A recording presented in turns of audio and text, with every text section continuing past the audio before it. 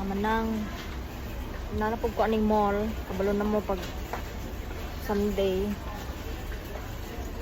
ang siganap ako mga sigbin sa una ako mga sigbin palit ko ng mga wipes mga sa panay dada haplas siguro no sa una akong sigbin sinangita ako ng affordable kay budget ka budget tipid imo sarili pero yung iro dili pwede matipid. So back to reality ta kini dugi beef 25 kilos so 1,000 kapit ang kumabayaran dito ko sa JM. Oh shout out sa taga JM Tagum ha.